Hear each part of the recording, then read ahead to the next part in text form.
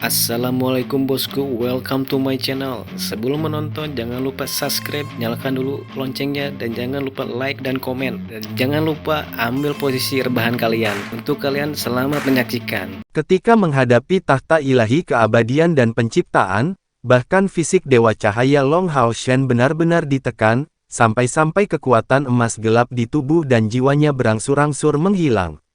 Ini adalah celah dari level tertinggi.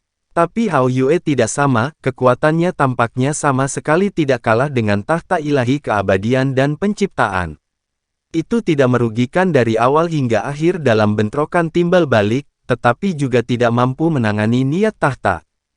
Perselisihan itu tiba-tiba mencapai kompromi bertahap. Emas keunguan Hao Yue secara bertahap menyusut di dalam bagian cahaya dari tubuh Long Hao Shen, dan tahta ilahi keabadian dan cahaya putih penciptaan kurang ngotot. Dalam jantung keabadian Long Hao Shen yang berdenyut-denyut, warna ini melambangkan kekuatan garis keturunan Hao Yue, sepenuhnya terintegrasi ke dalam energi spiritualnya. Saat jantung keabadian terus berdenyut, kekuatan ini sepertinya ditransmisikan berulang kali kepadanya. Warna putih lembut secara bertahap memenuhi seluruh tubuh Long Hao Shen, dan pada hari keempat konfrontasinya dengan tahta ilahi keabadian dan penciptaan, tubuh Hao Shen menghilang dalam sekejap cahaya putih. Long Xingyu awalnya melepaskan semua harapan, jadi terobosan tiba-tiba putranya menyebabkan ketakutan yang mengerikan. 4 hari berjaga-jaga ini membuatnya dalam keadaan lelah, tubuhnya sedikit bergoyang saat matanya menjadi berat sekaligus. Bisakah Hao Shen berhasil? Dia bisa memasuki ujian hanya setelah 4 hari penuh, menjadikannya kasus yang belum pernah terjadi sebelumnya di antara semua ksatria suci yang mencoba menerima tahta ilahi. Semua jenius yang pernah datang untuk tujuan itu semuanya tanpa kecuali gagal. Long Xingyu menarik napas dalam-dalam, diam-diam menghela nafas lega untuk putranya. Semoga kamu sukses. Dia tahu dengan jelas bahwa gagal mendapatkan tahta ilahi keabadian dan persetujuan penciptaan akan menjadi pukulan besar bagi Long Hao Shen. Dia sudah menjadi sorotan sebagai pemimpin aliansi, tetapi menjadi sangat muda, membuktikan dirinya dengan menunjukkan kekuatan yang cukup adalah suatu keharusan baginya untuk mendapatkan persetujuan yang lebih tinggi. Status sebagai ksatria ilahi tidak diragukan lagi adalah kekuatan terbaik, dan sebaliknya, tidak berhasil hanya akan berarti bakat dan kemampuannya tidak cukup untuk mendapatkan persetujuan tahta ilahi. Ini akan menimbulkan keraguan di sebagian besar orang. Tidak peduli seberapa khawatir Long Xingyu, yang bisa dia lakukan sekarang hanyalah berdoa. Ujian untuk tahta keabadian dan penciptaan ilahi sebelumnya telah gagal dan diriwayatkan kepada Hao Shen oleh Yang Hao Yu. Jadi apakah Long Hao Shen bisa berhasil sekarang hanya akan bergantung pada dirinya sendiri. Saat cahaya putih dari tahta ilahi keabadian dan penciptaan melilit Long Hao Shen, dia terbangun di tempat yang indah alam begitu hijau. Setelah beberapa waktu berlalu, lingkungan tumbuh kembali menjadi lebih jelas. Perasaan damai menyadarkan Long Hao Shen, membangunkannya. Saat suara kicau yang jelas menyebar ke telinganya, Hao Shen secara bertahap kembali ke akal sehatnya. Dengan kaget, dia menemukan dirinya di hutan, dikelilingi dengan pohon-pohon tinggi dengan semak-semak seukuran manusia di sekelilingnya. Tempat apa ini? Long Hao Shen melihat sekeliling dengan perasaan bingung. Kesenangan di tubuhnya mempertahankan tubuhnya dalam kondisi puncaknya, dan kemajuan jiwanya dengan tajam memperkuat persepsinya. Long Hao Shen memiliki kemauan yang sangat kuat, dan tentu saja tidak akan tiba-tiba kehilangan dirinya karena perubahan lingkungan. Setelah tak lama menatap dingin ke sekeliling, kerangka pikirannya kembali normal juga. Dalam sekejap cahaya, 6 sayap di punggungnya terbentang saat dia mencoba berkomunikasi dengan Hao Yue. Koneksi itu dicapai tanpa keraguan, tetapi yang mengejutkannya, Hao Yue sebenarnya telah menolak pemanggilannya untuk pertama kalinya, dan terlebih lagi mengirimkan emosi harapan keberuntungan ke dalam pikirannya. Apakah ini bentuk dukungannya untuk menyelesaikan ujian ini sendiri? Apa yang bisa menjadi ujian tahta ilahi kekekalan dan penciptaan? Dalam sifat agung yang murni ini, Long Hao Shen setidaknya tidak memiliki ide sedikit pun sampai sekarang. Karena itu, dia pikir dia mungkin juga hanya melihat-lihat.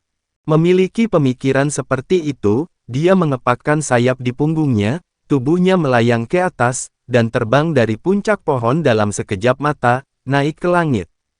Terbang dengan cara ini, Long Hao Shen merasa terkejut saat dia menemukan pemandangan yang sangat indah terbentang di depannya. Saat menatap ke kejauhan, semuanya tampak hijau semua. Pohon-pohon setinggi langit yang telah tumbuh untuk siapa tahu berapa lama menempati semua ruang. Tidak ada sedikit pun lumpur atau batu yang terlihat, hanya kehijauan pepohonan tak berujung yang menyebar dari kejauhan, memberikan perasaan yang sama seperti ketika menonton lautan. Long Hao Shen mengepakkan sayapnya, mendorong dirinya ke depan dengan kecepatan lambat, saat indranya terentang, merasakan segala sesuatu di bawah.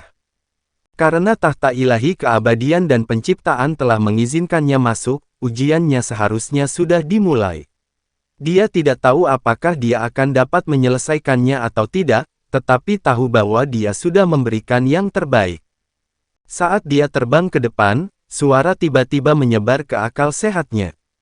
Mengingat prospek kultivasi Long Hao Shen saat ini, biasanya tidak ada gerakan yang mungkin bisa lolos dari pengintaiannya dalam jarak 50 km. Suara teriakan itu terdengar manusiawi, namun sepertinya mengandung perasaan teror mutlak.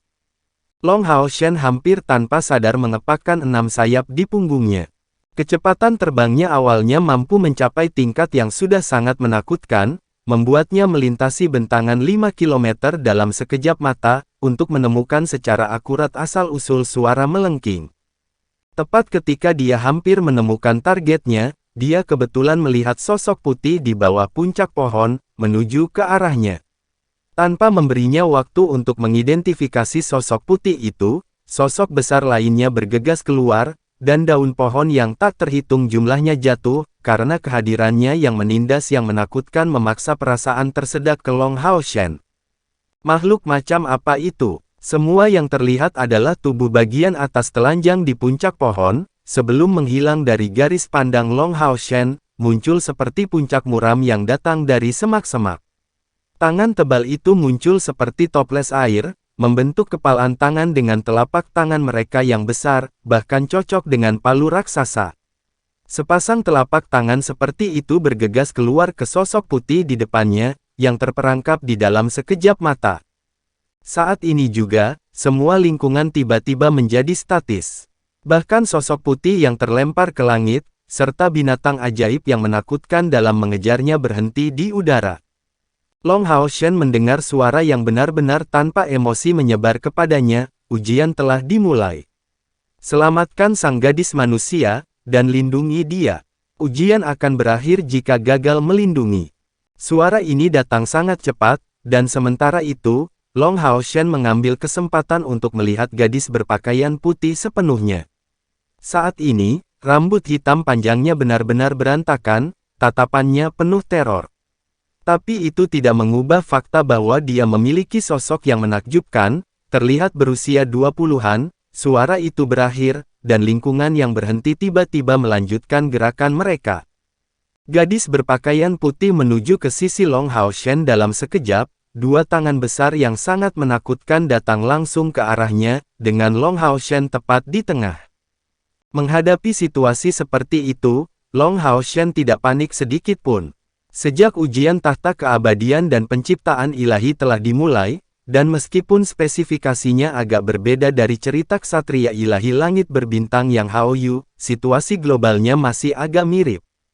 Beberapa waktu yang lalu, di kota suci, Yang Hao Yu telah menceritakan kepadanya beberapa detail spesifik mengenai ujian yang diberikan oleh tahta ilahi keabadian dan penciptaan. Yang Hao Yu telah memberitahunya bahwa ujian itu bukan hanya pertempuran sederhana, tetapi serangkaian tes.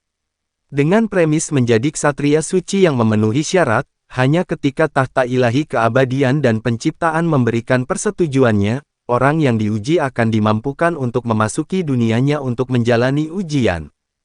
Ujian ini dibentuk dari serangkaian misi, dan hanya dengan menyelesaikan semuanya, seseorang akan memiliki kemungkinan untuk mendapatkan persetujuan dari tahta ilahi keabadian dan penciptaan. Adapun misi yang terlibat, menurut catatan para tetua kuil ksatria dan pengalaman pribadi yang Hao-yu, setiap ujian berbeda satu sama lain, tetapi bagian yang umum adalah bahwa setiap kali melibatkan serangkaian misi, merantai satu sama lain dan tidak membiarkan kesalahan sedikit pun, karena seseorang akan diikuti oleh kegagalan ujian, mendapatkan yang terlibat diangkut kembali. Semua upaya yang Hao-yu berakhir dengan kegagalan.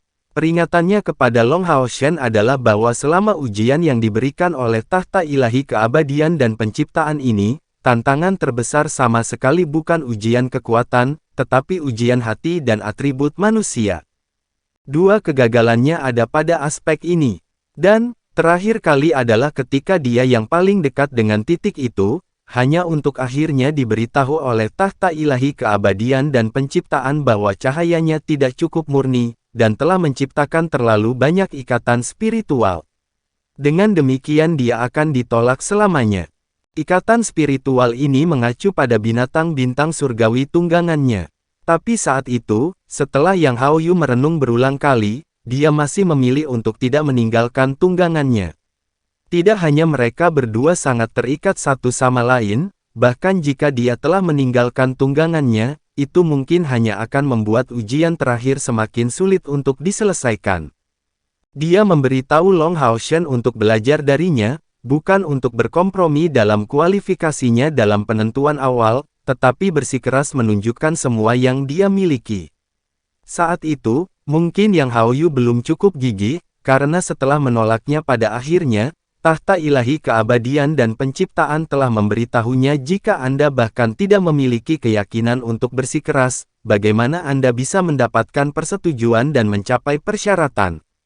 Ini, di samping itu, adalah alasan mengapa Long Hao-shen tidak bergerak sedikit pun dalam 4 hari sebelumnya, dan telah memungkinkan tahta ilahi keabadian dan penciptaan untuk memberikan tekanan yang begitu besar tanpa memukul mata.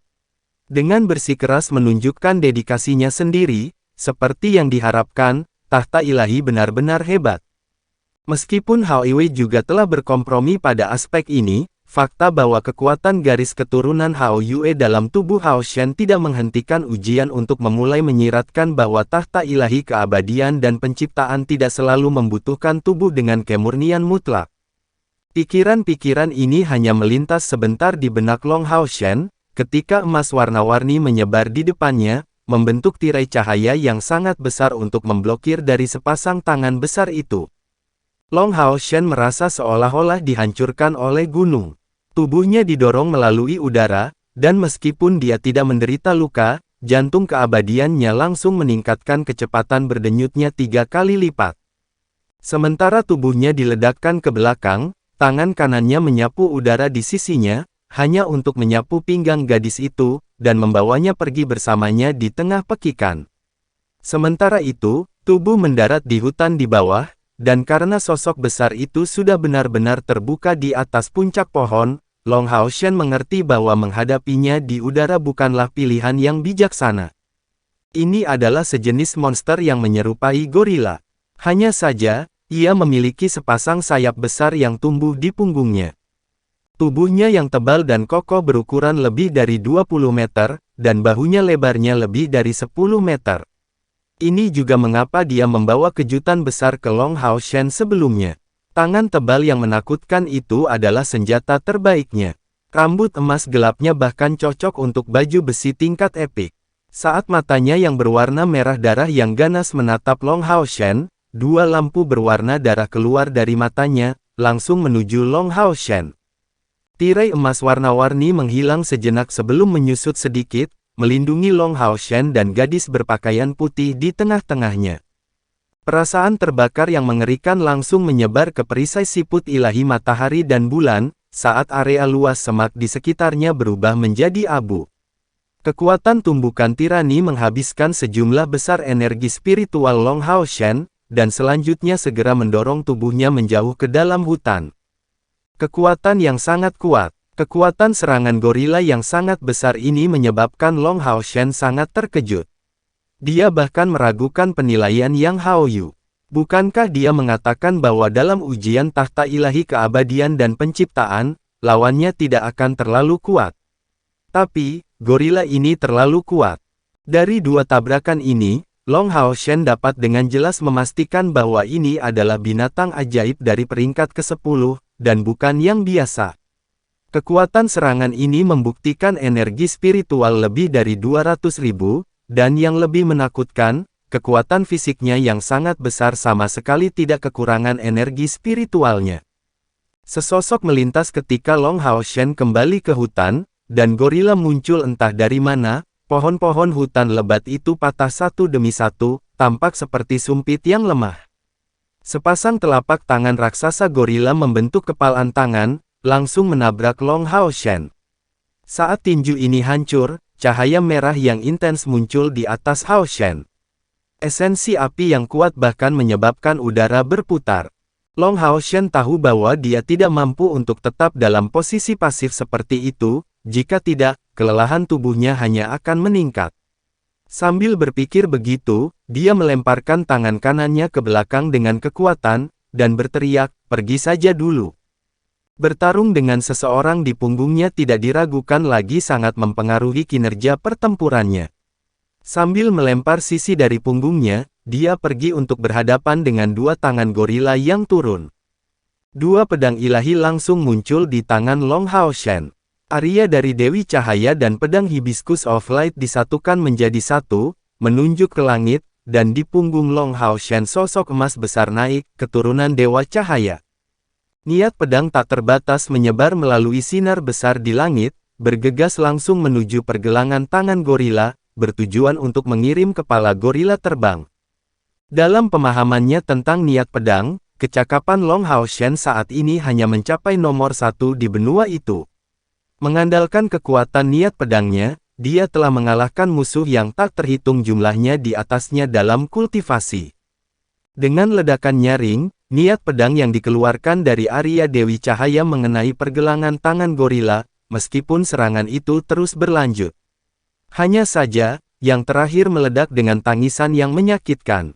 Sementara itu, matanya sekali lagi menembakkan dua garis cahaya merah, menghancurkan sinar pedang Hao Shen. Dengan ledakan besar di udara, tinjunya menghantam tanah, dan gempa bumi yang mengerikan langsung menghantam tubuh Long Hao Shen, menyebabkannya ditembak seperti batu kecil. Kekuatan bergetar yang parah menyebabkan energi spiritual internal dalam tubuh Long Hao Shen mandek, kepalanya dipenuhi dengan pusing instan. Ini sebenarnya bahkan membawa efek seperti gempa bumi. Long Hao Shen sedikit tercengang, tetapi pengalaman bertarungnya membuktikan nilainya, karena jantung keabadian di dalam dadanya berdenyut dengan cepat.